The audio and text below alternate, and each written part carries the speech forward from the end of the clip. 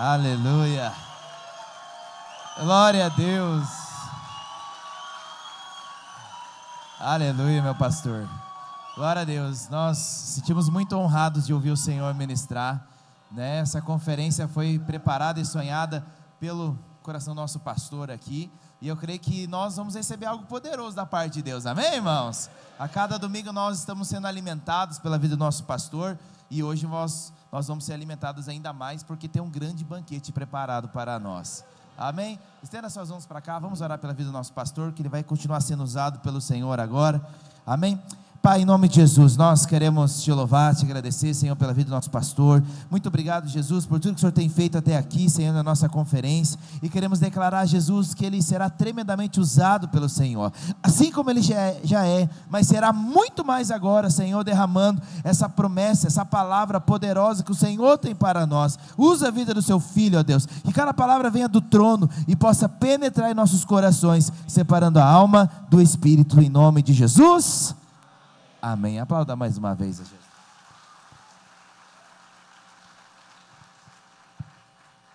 Glória a Deus. Graça e paz, amados.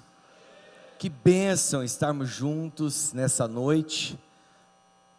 Quase encerrando, né? Tem amanhã de manhã ainda. Alguém pode acender um pouco as luzes aqui, por favor? Que eu sou igual o pastor Naor, eu gosto de ver o rosto dos irmãos. Isso. Meu Deus, como tem sido poderoso esses dias, tanta palavra, tanta revelação no Espírito, coisas poderosas o Senhor ministrou na minha vida, eu tenho certeza que também ministrou na sua vida, né? Conferência é, assim, um ambiente diferente, né? O próprio nome já diz, conferência é para conferir. Conferir o quê? Conferir aquilo que os céus estão querendo fazer na terra, amém? E nós sermos capacitados para isso, em nome de Jesus. Eu quero ministrar também ao seu coração uma palavra, eu tenho certeza que Deus preparou algo. Eu sei que é um desafio, né? Depois de você ouvir pastor Naor, pastor Rigonato, manter o padrão não é muito fácil, mas eu creio que Deus vai nos dar a graça para isso. Abra sua Bíblia em 2 Coríntios, capítulo 6, versículo 1. 2 Coríntios, capítulo 6, versículo 1. A palavra do Senhor diz assim: e nós, na qualidade de cooperadores com Ele, também vos exortamos a que não recebais em vão a graça de Deus. Não recebais em vão a graça de Deus. Nós temos ministrado sobre a graça de Deus há muitos anos,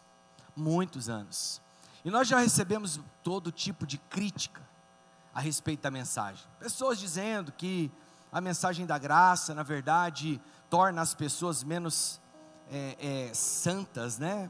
Não se importam tanto com a santidade, que torna as pessoas mais relapsas, mais descomprometidas, porque de fato não compreenderam a mensagem da graça. Aquelas pessoas que não compreendem, então elas acabam julgando, qualificando a mensagem ou desqualificando a mensagem. Tem vários pastores que infelizmente se levantam para contrapor aquilo que nós pregamos. Tem pastores que claramente falam, essa graça aí que eles falam, essa graça, essa hipergraça, como se isso fosse uma heresia, sendo que a própria Bíblia diz que a graça é hiper mesmo, né? Superabundante graça, ela é mesmo. Então hoje, essa última mensagem do dia, eu quero desfazer alguns enganos sobre a mensagem. Algumas pessoas falam coisas que não têm fundamento. Eu quero nessa mensagem então compartilhar com você, porque o que eu percebo, irmãos, que toda vez que o Espírito Santo começa a revelar uma verdade na igreja, o diabo se levanta para trazer distorção sobre essa verdade e fechar o coração das pessoas para aquela mensagem que está sendo pregada. Todo o tempo isso aconteceu. Isso não é de agora, desde sempre. Quando houve a renovação dos dons da igreja, muitas profecias falsas se levantavam. E por causa das falsas profecias, muitas pessoas fecharam o seu coração para a verdadeira profecia. Tem pessoas que não gostam dessa palavra profética, porque eles acreditam que, na verdade, é uma invenção na cabeça da pessoa na hora. E se você já foi usado como profeta, você sabe que não tem nada a ver com a pessoa, não tem nada a ver conosco. É algo realmente do Espírito Santo. Eu já fui compelido algumas vezes a orar por pessoas, a profetizar na vida das pessoas, e na hora que eu senti no Espírito, comigo funciona assim, não sei como funciona com você, mas comigo é assim, eu estou aqui orando, e de repente eu sinto no meu espírito um impulso. Só que eu não compreendi ainda direito que impulso que é esse. E aí, tem duas formas que o Senhor me usa. Uma forma aí Ele pega e me dá uma mensagem, uma palavra, uma visão profética. E aí eu falo, mas para quem, Senhor? Para quem? E aí eu fico olhando para trás, procurando, para quem que é a mensagem que o Senhor me entregou. Às vezes eu não enxergo e eu saio andando para encontrar a pessoa. E aí então eu encontro e eu libero a mensagem. Mas às vezes Deus age diferente, ao contrário. Ele me fala a pessoa e não me dá rapidamente a mensagem. Esse é o mais desafiador. Porque eu falo assim, e se eu abraçar essa pessoa e eu falo a primeira frase, oh Espírito de Deus, e não vem nada. Aí eu tenho que falar, abençoa o seu filho. É ótimo, né? Uma palavra boa, né? Mas nunca aconteceu isso. O Senhor sempre me surpreende. Então eu começo a liberar, e a água começa a fluir, e a profecia então acontece. Mas os dons proféticos, eles foram abafados em grande escala. Por quê? Porque Deus se levantou ali na década de 60, 70, com as igrejas pentecostais aqui no Brasil, principalmente, e a Igreja de Deus, a Assembleia de Deus, depois o avivamento foi se espalhando para outras igrejas pentecostais, onde os dons espirituais foram de verdade assim espalhados, né? Muitas pessoas com dons espirituais. Mas levantou-se uma mentira a respeito das profecias. Até porque também algumas profecias eram falsas. E por causa das falsas profecias, muitas pessoas anularam todas as profecias. E nós não podemos fazer isso. Então, quando o Senhor começou a despertar a igreja para a batalha espiritual, houveram distorções. Foi logo depois desse mover do fluir do Espírito com os dons proféticos, veio, na verdade, uma corrente, talvez uns 2 séculos depois, ali 80, 90, séculos não, décadas, 80, 90, e um grupo muito grande começou a estudar batalha espiritual. E aí surgiram autores, pessoas pregando, e com certeza, dando uma ênfase muito exagerada no inferno, no diabo, qualificando demais o reino das trevas, né, exaltando o poder do diabo e dizendo que realmente não é fácil vencer, né, essas castas, e que nós temos, na verdade, que pagar o preço para vencer esses demônios. E aí ouviu-se de pessoas que faziam propósitos esdrúxulos para serem potencializados espiritualmente a ponto de vencer a maior casta de demônios, né, a maior legião. Ou seja, exageros, mentiras. E como resultado, algumas pessoas simplesmente não acreditam que batalha espiritual pode acontecer, que ela existe e que muitas vezes nós estamos num campo de batalha. Agora, como foi em todas as épocas, nessas ênfases que eu acabei de citar, e muitas outras que eu não citei, quando o Senhor começou a renovar a nossa visão com relação à graça, muitas pessoas se levantaram e se levantam com uma mente maligna, uma atitude carnal, para distorcer e fechar o coração das pessoas para a verdadeira mensagem do Evangelho. A mensagem do Evangelho não tem a ver com merecimento, com troca. A mensagem do Evangelho é a mensagem do amor de um Deus gracioso que olha para homens e mulheres que não merecem nada e simplesmente dá tudo para eles. Essa é a nossa mensagem. Não merecemos, mas recebemos. E é preciso que você saiba sim, não existe doutrina neutra. Toda mistura é do diabo.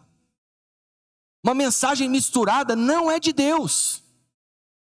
Se alguém mistura a lei com a graça, essa mensagem não é o Evangelho. Porque ela dá algum tipo de mérito para o homem. Nós não temos mérito algum. Tudo que temos é pela graça. Tudo que somos é pela graça. Tudo que conquistaremos é pela graça. Tudo que já vivemos é pela graça. Tudo que multiplicou na nossa vida até hoje foi a graça. Se prosperamos, foi a graça. O que você enxerga na sua vida que a graça fez? O que a graça fez na sua vida? Compartilhe com a pessoa do seu lado aí, pelo menos uma coisa que a graça fez na sua vida. Fala para ele. O que a graça fez na sua vida?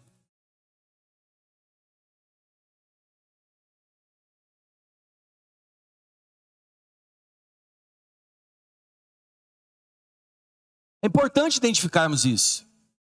Porque é o seguinte, olha para cá. Imagina só que um irmão aqui entre nós, um líder de célula, em um ano, multiplica sua célula em 4. Algo extraordinário, sobrenatural, né? Começou em janeiro ali com 8, chegou no final do ano, multiplicou em 4, gerou 4 novos líderes, né? E aí alguém chega para ele no final, na festa da colheita de 2026, e pergunta para ele: meu amado irmão, que história é essa? Como é que você conseguiu essa façanha? Me conta, qual que é o segredo? Como é que você conseguiu multiplicar 4 vezes a sua célula esse ano? Aí ele olha assim e fala: ah, irmão, que é joelho. Que é joelho no chão, irmão. É jejum, entendeu? Jejum mesmo. Oração. Paguei o preço. Fui atrás, visitei, orei. Cuidei da consolidação, evangelizei, fiz evento ponte. Sabe, se ele consegue explicar com detalhes tudo que ele fez para que isso acontecesse, isso aí simplesmente é resultado da força do braço dele. Ele é capaz de até de lançar um curso na internet, como multiplicar a sua célula em 4. 7 passos para você multiplicar a sua célula. Isso não é graça de Deus, irmãos. Agora, se em dezembro de 2026 alguém chegar para esse líder e perguntar: meu irmão, me explica como que você conseguiu multiplicar essa célula em 4? Eu lembro, você começou com 8 no começo do ano, como é que é isso? Agora, meu Deus, como que foi isso? Ele fala: irmão, não sei te explicar, rapaz. Deus foi movendo, Deus foi trazendo pessoas, né? O Senhor foi atribuindo a nós dons. Nós vimos o mover de Deus em cada reunião. Olha só quantas vezes ele falou Deus aqui, né? Quantas vezes ele deu crédito ao Senhor. Só que isso não pode ser hipocrisia, tem que ser uma avaliação honesta e sincera, entendeu? Então a graça de Deus não tem nada a ver com merecermos, porque se você crê de maneira errada, você vai ter uma vida errada, porque você é aquilo que você crê. A sua crença molda o seu comportamento, entendeu? Então, para mudar o comportamento, você tem que mudar a crença. E às vezes eu penso exatamente isso. Alguns líderes não multiplicam a célula, por quê? Porque eles acreditam que eles não são bons o suficiente. Se tem algum líder aqui que pensa isso, eu quero te dar uma notícia boa hoje. Você realmente não é bom o suficiente. Não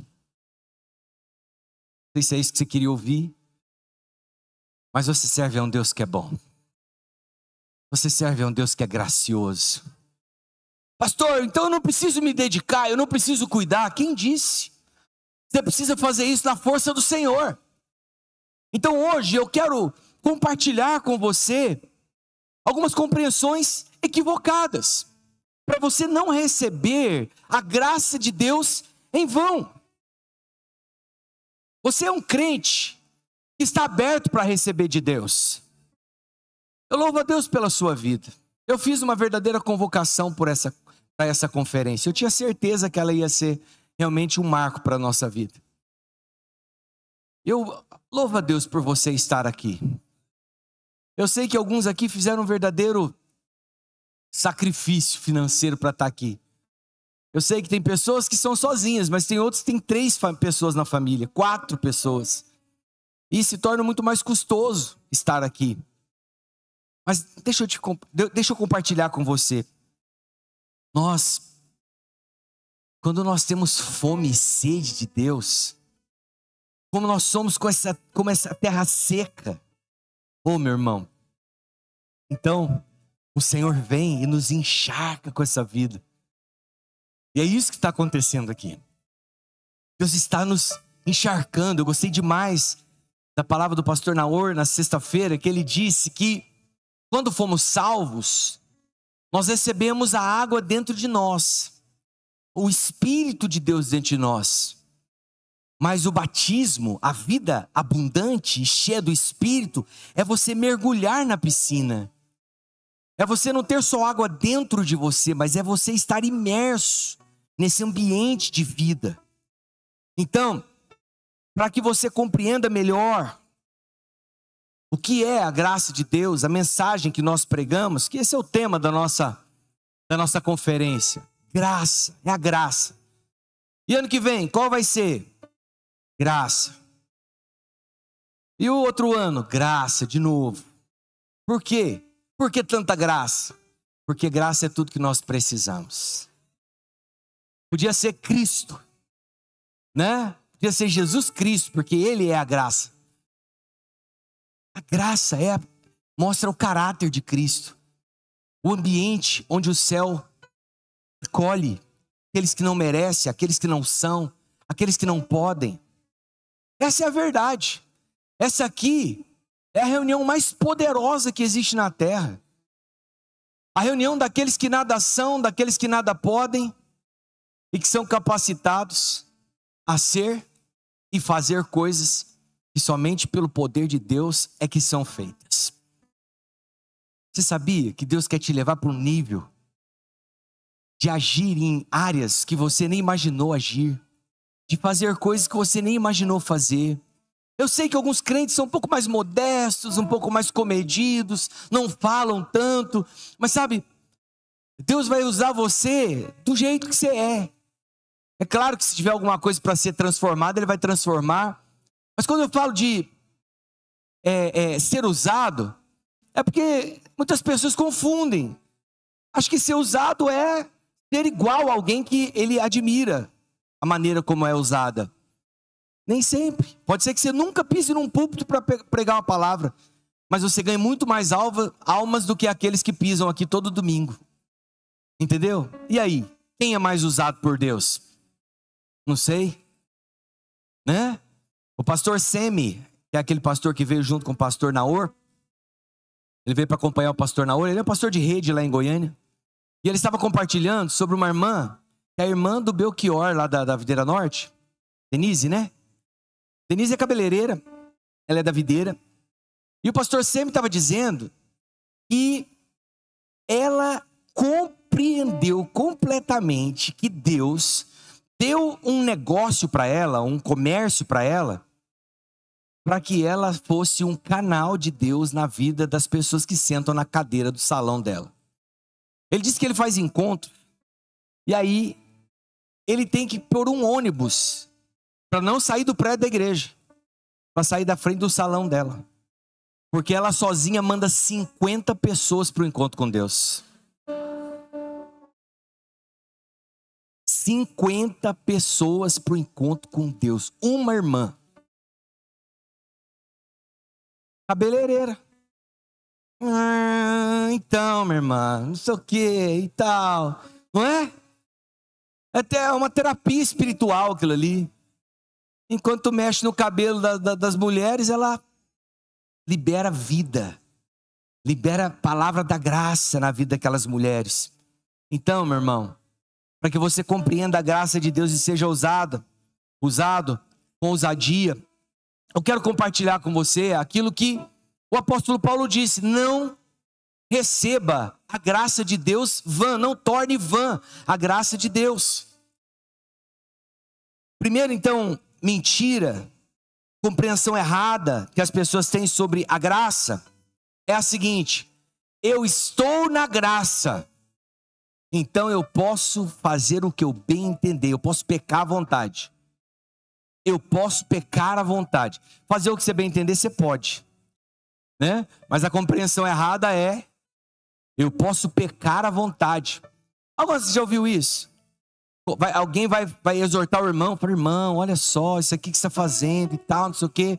Aí o que ele diz? Estou na graça, filho. Eu estou na graça. Não posso fazer isso, eu estou na graça. Quem disse que a graça é uma carta de alforria para você viver a sua vida no pecado como você imagina que pode? Olha só, o apóstolo Paulo lidou com essas coisas no livro de Romanos, quando ele escreveu aos Romanos, capítulo 5, versículo 20, olha o que a Bíblia diz, Romanos 5, 20. Sobreveio a lei para que avultasse a ofensa, mas onde abundou o pecado, superabundou a graça, a fim de que, como o pecado reinou pela morte, assim também reinasse a graça pela justiça para a vida eterna mediante Cristo Jesus, o nosso Senhor.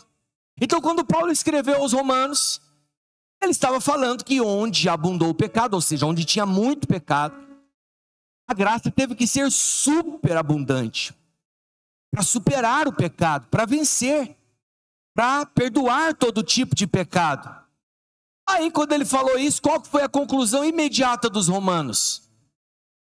Se onde tem mais pecado tem mais graça, logo vamos pecar mais para ter mais graça. Por isso que o apóstolo Paulo começa o capítulo 6 respondendo a essa afirmação. Olha, Romanos 6:1, olha o que diz: que diremos, pois? Permaneceremos no pecado para que a graça seja mais abundante? Olha a conclusão deles. E já que onde tinha muito pecado teve mais graça, recebeu mais graça, então é o seguinte: eu vou mergulhar mesmo agora, eu vou me afundar no pecado de verdade para que eu possa receber ainda mais graça. Sabe, irmãos, essa conclusão é a conclusão que muitas pessoas chegam. Uma compreensão do inferno, maligna, distorcida, mentirosa. Aí a conversa é: eu já estou na graça, eu vou pecar porque a graça compreende as minhas fraquezas. A graça compreende as minhas limitações. A graça já cobriu meus pecados, então eu posso fazer o que eu quiser. Pois é, o versículo 2, Paulo explica bem direitinho isso aí. Ele responde a pergunta que ele fez no versículo 1. Eu vou ler o 1 e o 2 juntos.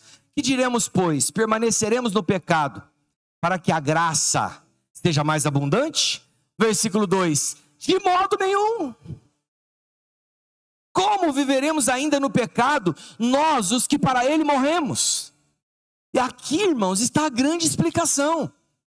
Quem morreu para o pecado não pode mais viver na prática dele.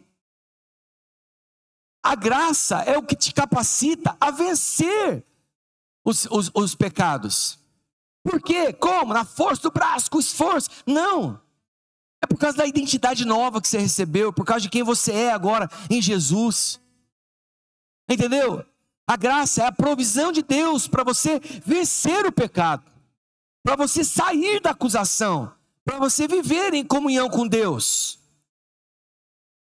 que é fazer provisão para o pecado? Fazer provisão para o pecado vou dar um exemplo aqui dos jovens. É o jovem que sai de casa pensando em ter relações com a sua namorada e coloca lá a camisinha no bolso. Mas aí ele vai pensando, bom, eu vou lá, vou me esbaldar, vou fazer o que eu tenho que fazer, que eu quero fazer, e depois eu peço perdão para o Senhor. E Deus me perdoa. Deixa eu te perguntar, você acha que esse irmão conheceu de verdade a graça? Será que a graça é esse ingresso para dar uma voltinha no mundo e voltar de novo com a maior cara de pau? Será que a graça é uma liberdade para você viver como o mundo vive e depois voltar aqui como se nada tivesse acontecido? Não, isso não é graça. Isso não é graça. A graça me tornou muito mais parecido com Jesus. Mas tem pessoas que usam da graça para se tornar igual ao mundo. Se a graça que você conheceu te faz igual ao mundo, isso não é graça. Se as pessoas, quando olham para você, não sabem discernir se você é de Deus ou não é, então isso não é graça. A graça de Deus muda a sua maneira de vestir. A graça de Deus muda a sua maneira de falar. A graça de Deus muda a sua maneira de pensar. A graça de Deus muda a sua maneira de olhar. A graça de Deus muda a sua maneira de se relacionar com as pessoas. A graça de Deus muda aquilo que você escolhe ouvir. Que tem coisas que você não deveria ouvir. Tem coisas que não combinam com você, que não deveriam fazer parte do seu dia a dia. Não deveriam. Não deveriam. Sabe, tem playlist que você não deveria nem ter. Não faz bem, não combina com o Filho de Deus. Tem vídeos que não deveriam nem aparecer na tela do seu celular, porque você é filho de Deus, nascido de novo. Não combina com quem nasceu de novo. Você está entendendo? Então a graça de Deus não é essa libertinagem que você faz o que você bem entender.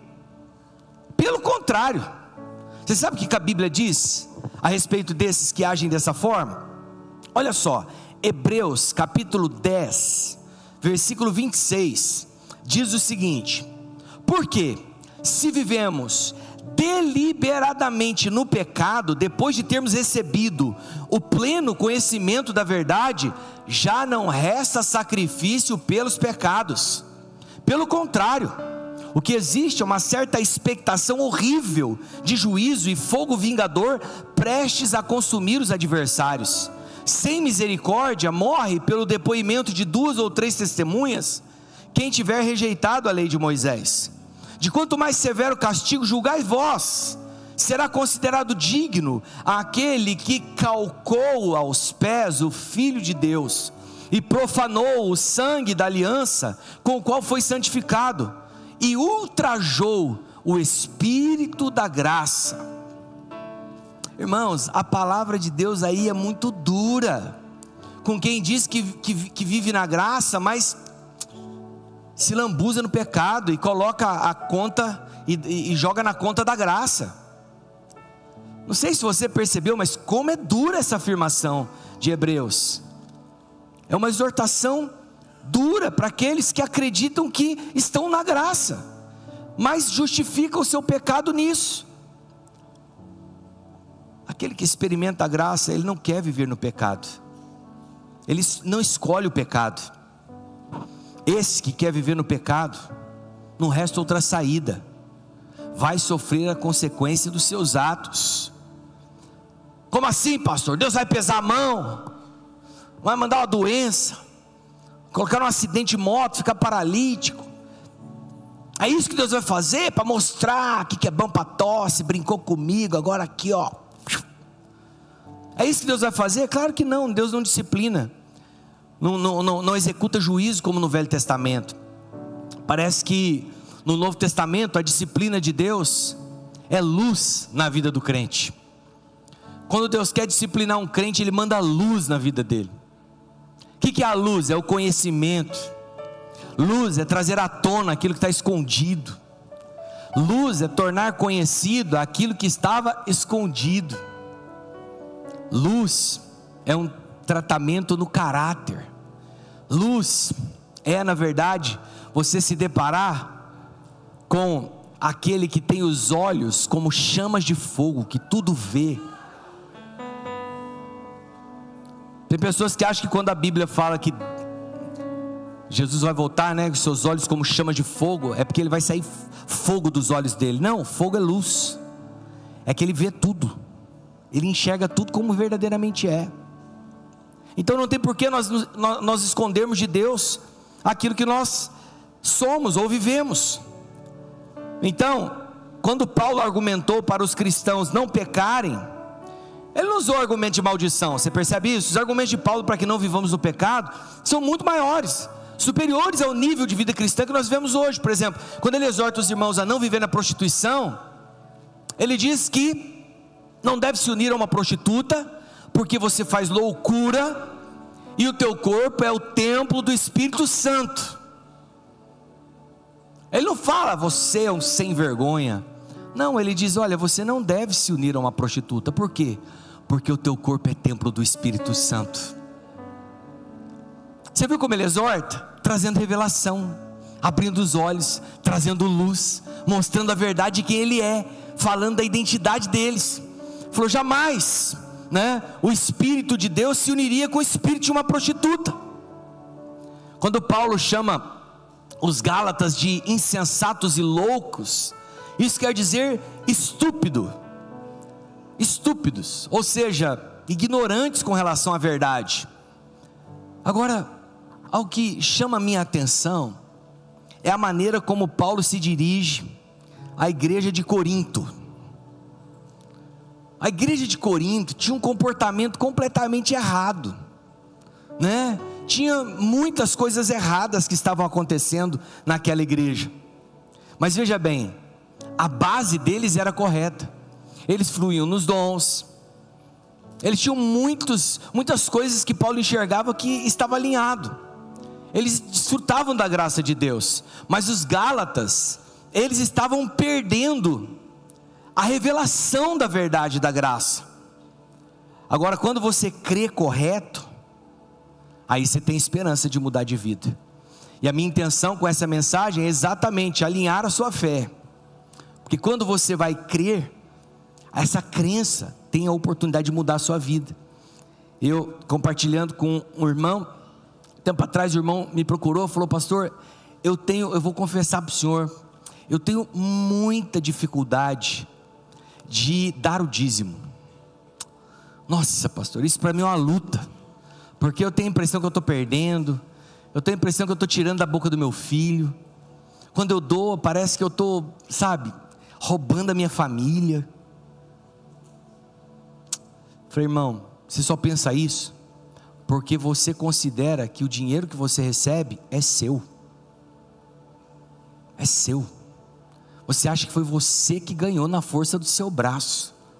Você é digno de ter todo esse dinheiro, e não é justo que a igreja, que nada fez, receba 10% do seu salário.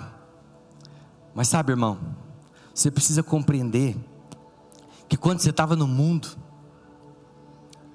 quem era senhor da sua vida era o diabo. Quanto que você gastava só com cigarro? Quanto que você gastava só com balada? Vixe, pastor, não dá nem para fazer conta.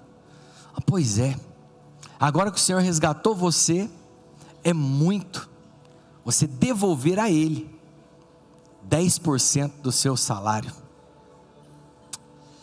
Falei, meu amado, você precisa ter consciência da graça de Deus. Sabe, nós não devolvemos o nosso dízimo para merecer alguma coisa de Deus. Nós devolvemos porque nós já recebemos. Só pode dar quem já recebeu. Só devolve o dízimo quem já recebeu o salário. Sim ou não? Quem não tem salário, quanto que vai dar de dízimo? Nada. Quem não recebeu nenhum recurso, não pode dar nada. Mas se você recebeu, então você vai reconhecer quem é que deu, e você vai devolver o seu dízimo. E nem é de dízimo que eu estou falando, mas serve a aplicação. Então o comportamento dos coríntios era ruim, mas a base de fé deles era correta. Se eles estivessem na base errada, Paulo iria chamá-los também a atenção sobre a fé deles. Mas sobre Gálatas, Paulo falou assim: ó insensatos Gálatas, me admiro de como tão rapidamente abandonaram a sã doutrina, não é? E passaram a crer nessas maluquices aí que estão falando no meio de vocês. O que é isso? O evangelho que eu preguei aí sumiu, desapareceu, vocês não creem mais? Ou seja, o problema dos Gálatas era muito mais profundo do que o problema dos coríntios. Por quê? Porque dos Gálatas o problema era a crença. Então nós temos que estar na base certa, na crença correta. E qual que é a base correta? É a graça de Deus.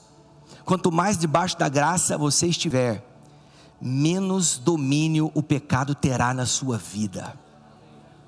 Quanto mais consciência de perdão, quanto mais consciência de limitação natural você tem, mais você vai enxergar a graça de Deus na sua vida. Romanos diz isso, 6,14, diz assim: porque o pecado não terá domínio sobre vós, porque vocês não estão debaixo da lei, mas debaixo da graça.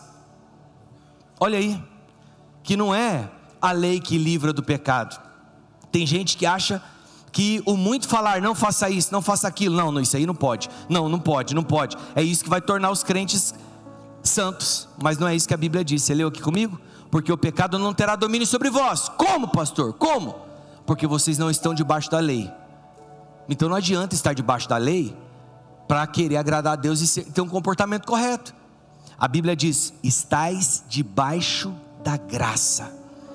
A compreensão correta da graça é o que te conduz a um comportamento alinhado com a vida de Deus. E a segunda mentalidade, pensamento errado sobre a graça, é que é o seguinte: já que eu estou na graça, eu não preciso mais orar e nem jejuar. Deus conhece, eu sou filho amado, então eu não preciso mais me relacionar. Muita gente, quando ouve a graça, também é tomada por esse pensamento: eu não preciso mais orar, eu não preciso mais jejuar. Mas isso não tem a mínima condição de ser verdade. Não faz sentido isso. Não faz. Porque, veja bem, antes, quando você estava debaixo da lei, você não queria orar porque se sentia desqualificado, você se sentia impuro, você se sentia indigno de ter intimidade com Deus.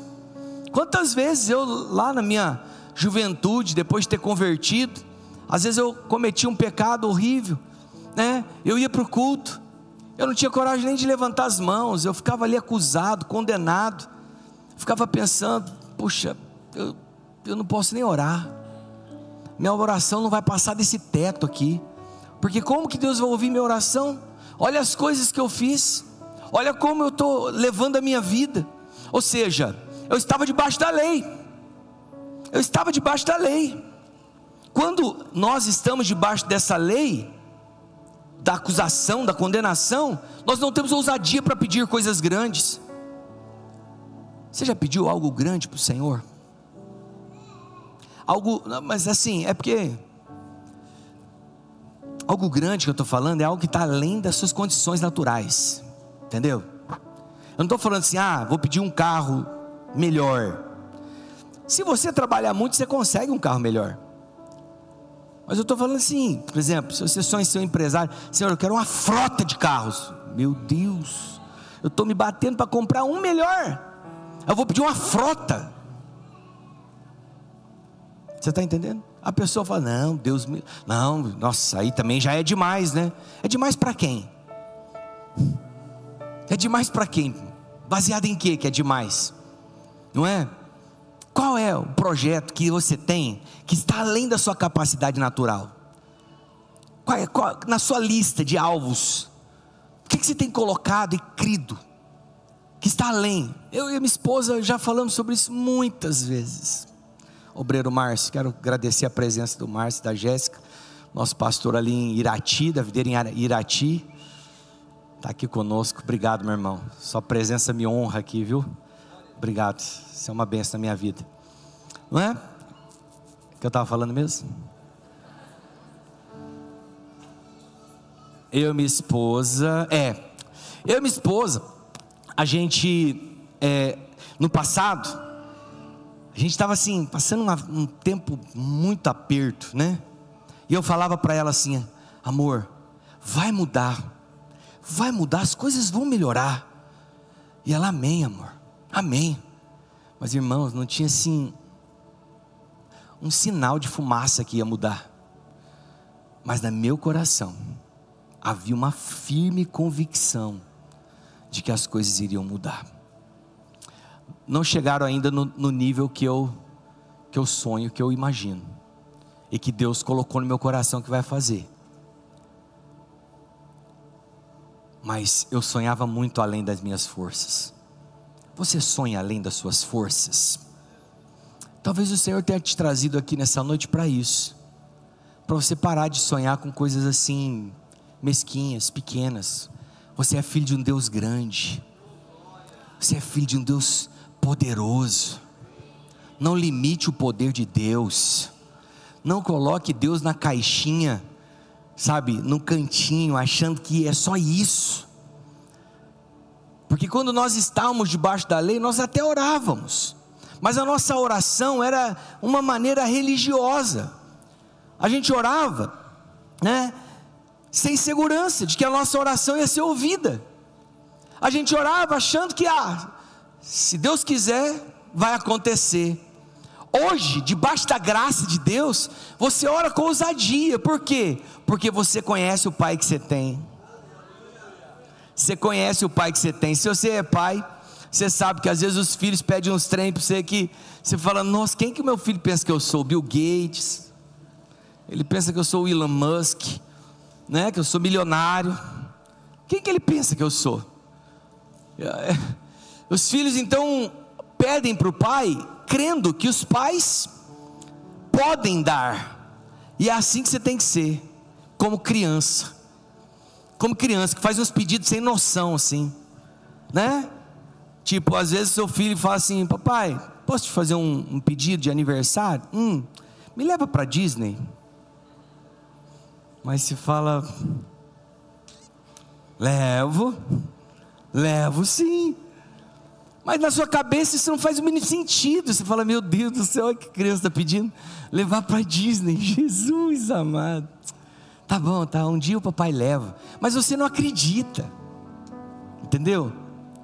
Só que mais vale a fé do seu filho do que a sua incredulidade.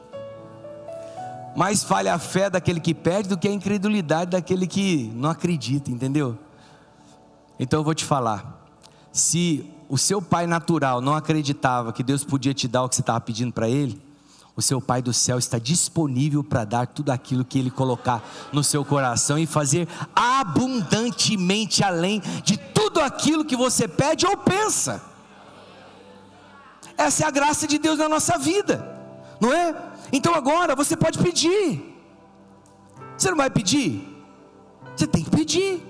Olha só, Hebreus 10:19: tendo, pois, irmãos, intrepidez para entrar no Santo dos Santos, pelo sangue de Jesus.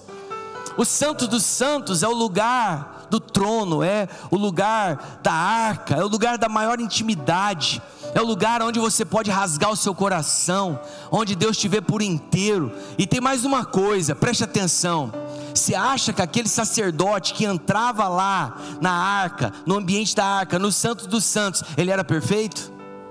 Porque você já ouviu falar isso aí, que quem entrasse em pecado lá no Santo dos Santos morria. Você já ouviu isso ou não? Sim ou não? Sim, tá certo, é verdade, está escrito na palavra de Deus. Mas como que aquele homem entrava? Será que ele não tinha pecado? Como será que esses sumos sacerdotes entravam no Santo dos Santos e não morriam? Por que eles não morriam? Porque eles eram perfeitos? Por causa do sangue. Por causa do sangue. Como que você pode chegar ousadamente na presença do Pai? Pelo sangue. O sangue é o caminho da graça. O sangue é o caminho pelo qual todos nós caminhamos. Se nós temos alguma coisa é porque nós seguimos as pegadas do sangue. Jesus trilhou o caminho, nós caminhamos atrás. E quem experimenta dessa intimidade, quem prova desse lugar de intimidade, onde o pecado não te acusa, onde você se relaciona com o Pai por inteiro, oh irmão, como é que ele vai continuar numa vida de pecado? Como é que ele vai, na verdade, ali acreditar que não precisa mais orar e nem jejuar, se tudo que ele tem alegria e prazer é estar na presença? Aquela música, né, que a gente canta, quem já pisou o santo dos santos em outro lugar, não sabe viver, e onde estiver, clamar pela glória, a glória de Deus. Clame. O santo dos santos é o seu lugar, meu irmão. Sabe, o sangue foi derramado. Lá no Antigo Testamento o sangue tinha prazo de validade, era 1 ano. Agora o cordeiro verdadeiro, ele já morreu, e o sangue já foi derramado de uma vez por todas. Não é necessário mais fazer remissão. Você já foi remido, você já está branco como a neve. Pastor, mas como é que pode isso? Como é que eu estou branco como a neve se eu peco? Pois é, eu já falei isso aqui para você. É que você não enxerga isso às vezes. A sua vida é como se você estivesse debaixo de uma cachoeira de graça. Uma cachoeira de graça, que é o sangue de Jesus, que te limpa, que te purifica. Ah, mas eu cometo pecados, é verdade, mas toda vez que você peca, a cachoeira está jorrando na sua vida. Imagina só que alguém está aqui debaixo de uma cachoeira, e alguém maldosamente ali do lado faz uma bolinha de barro, assim, de lama, e pega e joga em você, e acerta em cheio no seu peito, pá! Aí aquela lama, por um momento, ela deixa você sujo. Mas aonde é que você está? Onde é que você está? Na cachoeira da graça. A cachoeira da graça. Você precisa desfrutar disso.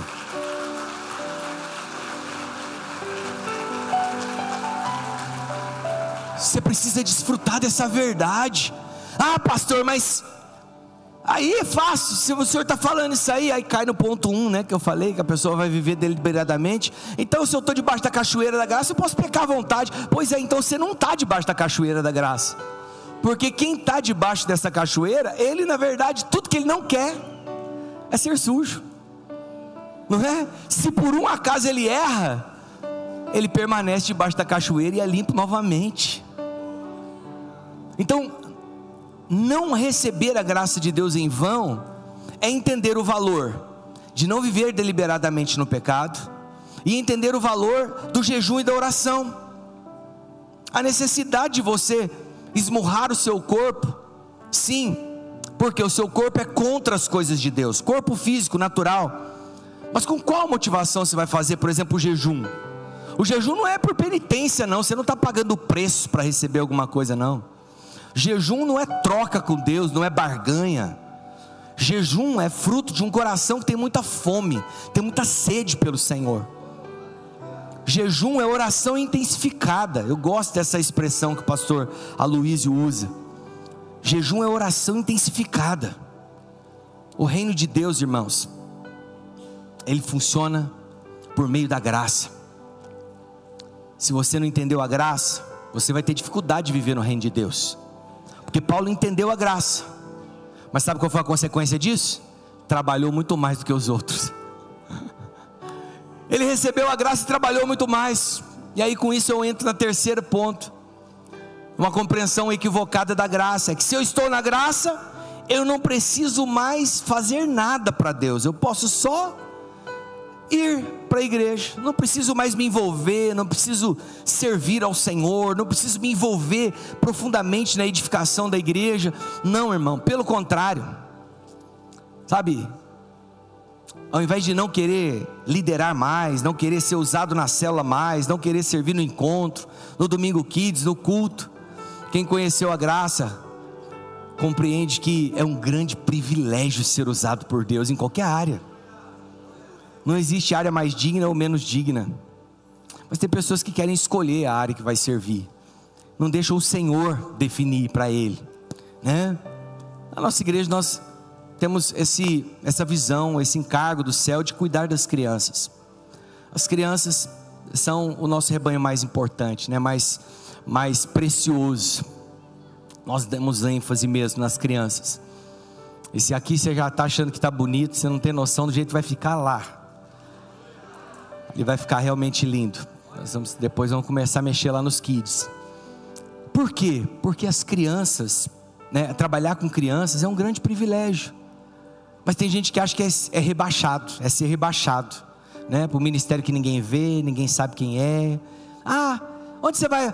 Vai lá cuidar das crianças lá no canto lá, como se fosse uma coisa, sabe, sem importância. Pelo amor de Deus, irmãos, essas crianças vão causar uma verdadeira revolução, de verdade. Você não está entendendo. Quando esses radicais kids se levantarem, sabe, como nós nos levantamos aqui, é muita glória que vai acontecer. As pessoas falam assim: mas eu não preciso fazer nada para ser aceito por Deus, porque eu vou viver na graça, então eu não preciso fazer nada. Vamos analisar se esse pensamento está correto, né? Antes você estava na lei, aí você pensava: não, eu não sou digno de fazer nada, eu não sou digno de trabalhar para o Senhor, porque, né, quem sou eu? Olha a minha vida, olha o meu pecado. Você até queria se envolver, liderar, mas você não tinha condição. Você queria fazer as coisas, mas sempre dizia que não estava preparado ainda. Aí agora você está na graça.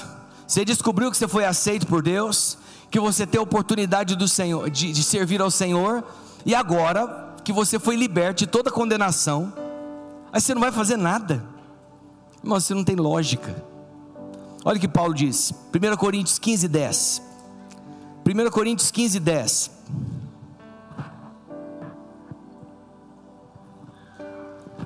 Mas pela graça de Deus, sou o que sou, e a sua graça, que me foi concedida, não se tornou vã. Como que ele fez com que a graça não se tornasse vã? Preste atenção, Paulo está fazendo uma afirmação muito forte. Ele falou: olha, pela graça de Deus eu sou o que sou, e a sua graça que me foi concedida não se tornou vã. Agora ele vai explicar o que ele fez para que a graça não se tornasse vã. Antes trabalhei muito mais do que todos eles, todavia não eu, mas a graça de Deus comigo. Paulo, ele diz que a graça de Deus não se tornou vã na vida dele. Por quê? Porque ao receber a graça, ele trabalhou. Ao receber a graça, ele não ficou lá só esperando as coisas acontecerem. Não, ele se empenhou, ele trabalhou muito mais do que os demais. Essa é a atitude daquele que compreende a graça. Tem desejo de se envolver, tem desejo de servir, porque é um raciocínio lógico.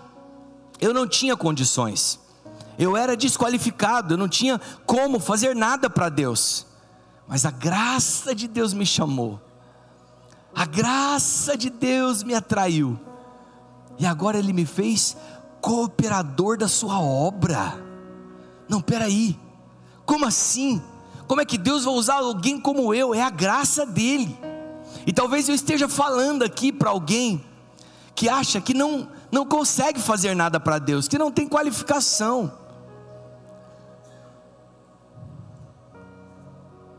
Experimente num nível maior da graça de Deus nessa conferência. Se jogue um nível a mais.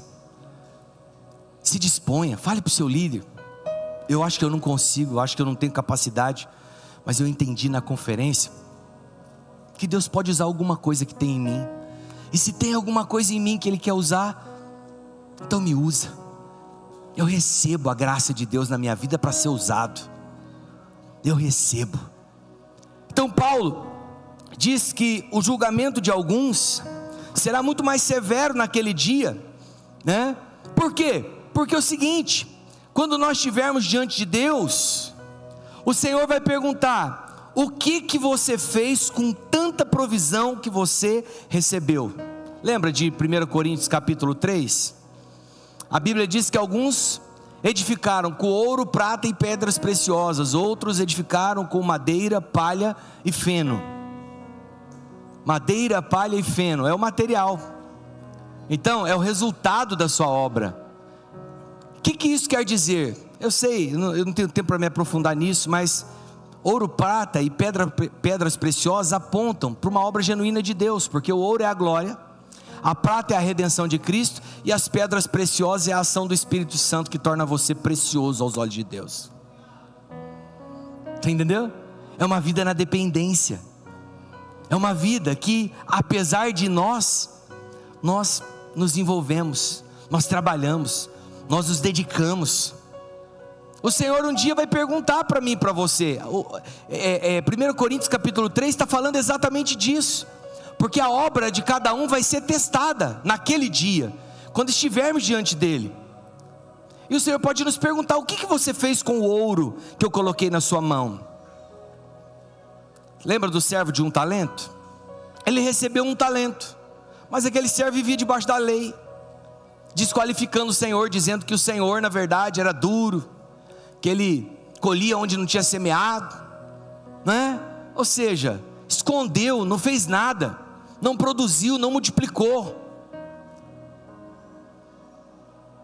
O que você tem feito com os dons que Deus entregou na sua vida, meu amado irmão? Eu não pergunto para te trazer culpa e nem condenação. Eu te pergunto para que você perceba que o Senhor está te chamando. O Senhor está te chamando para um nível maior de consagração, de entrega, de envolvimento. Você sempre vai ser consagrado a alguma coisa na vida. Sabia disso? Todo mundo aqui, não tem ninguém aqui que não seja consagrado a algo. Você é consagrado a alguma coisa. Alguns são consagrados ao descanso, sofá, preguiça. Não é o descanso da palavra, é o descanso do sofá mesmo, da preguiça. Não tem ânimo para fazer nada, gosta de ficar em casa, gosta do Netflix, gosta de sei lá o que mais, de uma sessão da tarde, nem sei se tem mais, né? Gosta de ficar sem fazer nada. Consagrado é isso. Tem outros que são consagrados ao trabalho. Trabalho é tudo, eu trabalho, não posso fazer isso, não consigo fazer aquilo, não, eu tenho compromisso e não sei o que, não dá espaço para nada. Ocupa o seu tempo inteiro trabalhando no mundo para ganhar dinheiro. Você sempre vai ser consagrado a alguma coisa, ao seu time de futebol. Tem gente que faz de tudo para acompanhar o time, né? Eu me recordo de um irmão que converteu aqui muitos anos atrás, e ele compartilhou que o tanto que ele gastava de dinheiro acompanhando o time de futebol daqui de Curitiba, que ele torcia, meu Deus, todo final de semana, ou era no estádio, ou era em outra cidade, em outro estádio, ele ia aonde o time fosse, ele ia. Então ele gastava muito dinheiro. Olha só o nível que chega uma pessoa consagrada. Mas nós temos que ser consagrados ao Senhor. Você precisa ser consagrado àquele que te salvou, aquele que te comprou, aquele que te redimiu, aquele que olhou com graça para você. Qual o propósito de Deus ter te chamado? Por quê? Se fosse com relação à qualificação, me perdoe falar, mas tinha gente muito melhor do que nós. Tem gente que fala muito melhor do que eu. Por que Deus me chamou? Tem gente que é muito mais aplicado que eu. Por que Deus me chamou? Tem gente que é muito mais consagrado, sei lá, mas muitas coisas. Por que Deus me chamou? Por que Deus chamou você? Se tem muita gente melhor do que você, mas Deus escolheu chamar as coisas loucas desse mundo, os fracos para envergonhar os fortes, aqueles que não são para envergonhar aqueles que são. Sabe, irmãos, o que vale para o Senhor é o coração. Alguns falam assim, eu me recordo que a gente estava fazendo uma época, muitos anos atrás também, uma maratona de casais. E aí, eu fui de discipulado em discipulado numa terça-feira perguntar quais eram os líderes que não estavam vindo na maratona de casais. E aí eu fui num discipulado específico, e aí fui perguntando: meu amado, você está indo lá Não, pastor, eu estou firme lá. E você também? Eu também. E você também? E você? Não, eu não estou indo não, pastor. Eu falei: por que você não está indo? E morava perto do prédio. Ah, pastor, porque eu não estou com vontade. Não deu vontade de ir. Falei: meu Deus. Falei: imagina só se você for fazer as coisas para Deus só quando você tiver com vontade. Não é verdade? Você acorda todo dia com vontade de trabalhar? Animado? Você acorda, nossa, semana, meu Deus do céu, segunda-feira, aleluia, aleluia, né? Você levanta animado. Não, irmão, tem dia que você fala assim: meu Deus do céu, por que eu tenho que levantar da cama? Eu estou tão cansado. Mas você fica deitado? Você levanta e vai, porque você não faz aquilo que você tem vontade, você faz aquilo que precisa ser feito. Por que com Deus a gente não aplica a mesma regra? Por que com o Senhor eu tenho que estar com vontade para ir no culto? Por que com o Senhor eu tenho que estar com vontade para ir na célula? Com o Senhor eu tenho que estar com vontade para servir em alguma área da igreja? Não, irmão. Se você entende que essa é a comissão que Deus deu para você, você não precisa ter vontade não, é só disposição de obedecer mesmo. É só responder o tamanho da graça que foi dada para você e dizer: Senhor, eis-me aqui, eu não tenho muito para oferecer, mas o que eu tenho eu te dou. Está aqui, usa, tudo que o Senhor puder usar, faz conforme a sua vontade. A Bíblia diz que Paulo esmurrava o próprio corpo.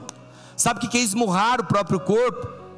É a batalha que nós temos no natural para que o espiritual aconteça. Entendeu? E aí eu caio na quarta diferença, a quarta compreensão errada sobre a graça. Eu estou na graça, mas eu não preciso me envolver financeiramente na obra de Deus. É uma distorção também do nosso relacionamento com Deus. Dízimo da lei, oferta quando eu puder. É claro que é de coração, né, oferta.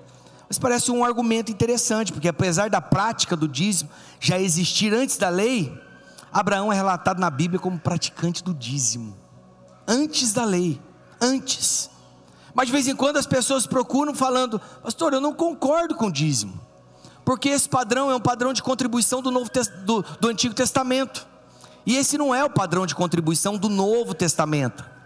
Essa é uma afirmação que é até correta, porque de fato a lei já passou. Mas só que é o seguinte: a compreensão da graça nunca é menor do que a lei. A graça aumentou o padrão da lei. Lá na lei era: se você se deitar, não adulterarás. Ou seja, não terás relação com a mulher de outra pessoa, ou com outra mulher que não seja sua, ou com outro homem. Na graça, como que é? Se você olhar para uma mulher, desejar ela no seu coração, você já cometeu adultério. Você percebeu que o padrão foi lá em cima, não é?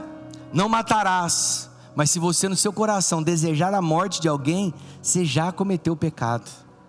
O padrão subiu. Então, se o padrão da lei era devolver 10%, qual que é o padrão da graça então? Compreender que tudo que nós temos é do Senhor, e perguntar para Ele: o que o Senhor quer de mim? O que o Senhor quer de mim? Só se lembre que o padrão da graça nunca é menor do que o padrão da lei. Então, em vez das pessoas compreenderem o padrão, elas ficam se batendo. Porque se a pessoa é contra a contribuição, o dízimo, por quê? Que quer, na verdade, saber o mandamento, saber onde é que está escrito. Normalmente quem questiona é porque não quer dar. E é óbvio, né, irmãos? A gente tem que andar pelo Espírito, tem que andar de acordo com aquilo que está no nosso coração. Então, se o padrão da lei era X, então agora o da graça está lá em cima.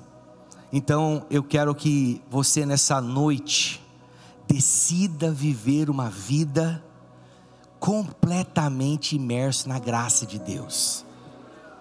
Fica de pé aí onde você está.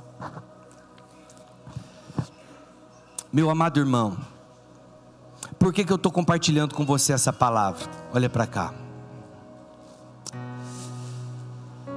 Porque no passado, algumas pessoas reclamavam que a igreja exigia demais deles.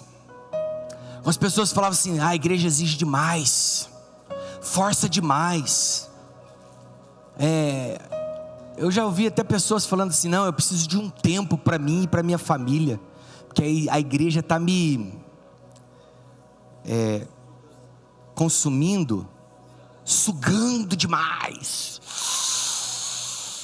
tirando tudo, eu não tenho tempo para mais nada.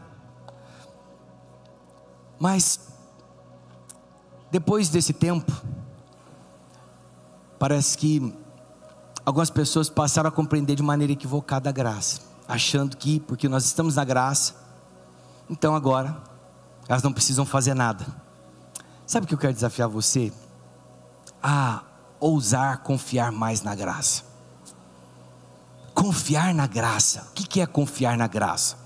É não ver merecimento algum em você. Eu quero terminar com as mesmas palavras que eu comecei. 2 Coríntios 6:1. E nós, na qualidade de cooperadores com Ele, Paulo se considerava um cooperador com Deus, com Cristo. Também vos exortamos a que não recebais em vão a graça de Deus. O fato de ser graça não quer dizer que foi barato. O Senhor Jesus pagou um alto preço por nós. Nós temos que valorizar cada gota dessa graça preciosa que nós temos recebido. Quanto mais compreensão da graça de Deus nós tivermos, mais afastados do pecado nós estaremos.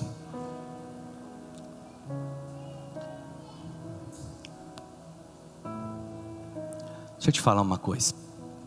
Não tem ninguém aqui que está livre de pecar. Não tem ninguém aqui que está livre de cair. Todos nós estamos sujeitos a isso. Nunca pense que você não seria capaz de fazer aquilo que alguém que você conhece aqui da igreja fez. Porque assim, às vezes as pessoas aqui dentro pecam. E posso abrir meu coração para vocês aqui? Eu percebo que algumas pessoas entre nós não compreenderam a graça de Deus para lidar entre nós com aqueles que pecaram. Às vezes eu percebo assim um julgamento, uma exclusão. As pessoas param de falar. Às vezes o irmão era líder e cometeu um erro, cometeu um pecado, sei lá, por um motivo foi afastado. E aí aquelas pessoas que toda semana estavam em cima dele ali conversando no grupo, já não falam mais com ele, já não o procuram mais. Aí pedem aqui, se reúnem em célula. A pessoa fica sozinha. Por quê? Porque não é da minha célula. Não, irmãos, eu rogo pelos céus que o Senhor nos dê um olhar como o de Cristo, para amar a todos. Porque amar quem está de pé não é difícil, mas amar quem caiu é um desafio. Entendeu? Então nós precisamos amadurecer nisso.